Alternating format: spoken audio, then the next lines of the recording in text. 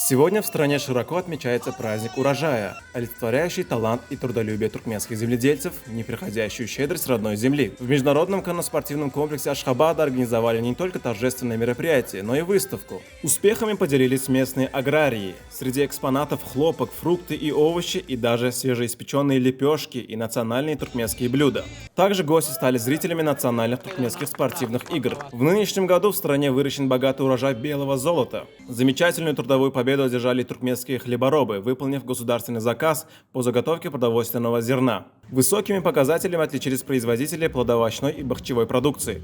Наряду со всеми сферами экономики уделяется особое внимание подъему сельского хозяйства. В стране реализуются крупномасштабные меры, чтобы эта отрасль стала рентабельной, широко внедряются новейшие технологии, последние достижения науки и техники, передавая опыт развитых государств. Сегодня нам показали результаты труда туркменского народа на уборке урожая. И мы видим, что тут представлены самые различные фрукты, овощи, которые, может быть, в прежние времена и не производились в Туркменистане, а сейчас весьма и весьма богатый ассортимент производится. Мы очень признательны, конечно, за организацию сегодняшнего посещения.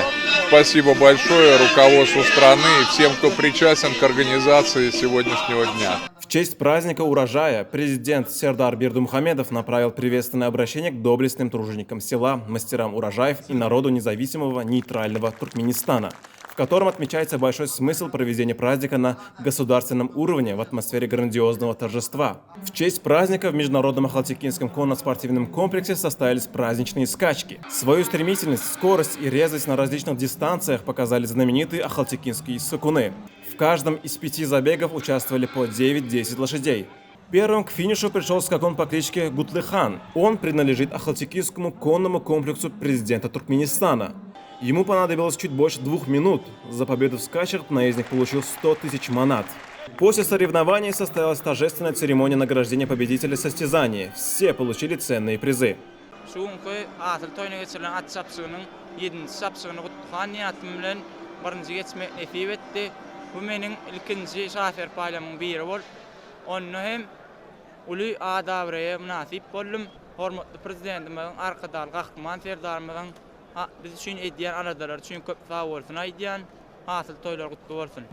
Праздничные скачки на главном ипподроме Туркменистана – одно из самых важных и престижных событий в сезоне для коневодов и любителей конного спорта. На старт выходят лучшие наездники, но все внимание к себе приковывают ахалтекинские скакуны – это символ и гордость туркменской земли.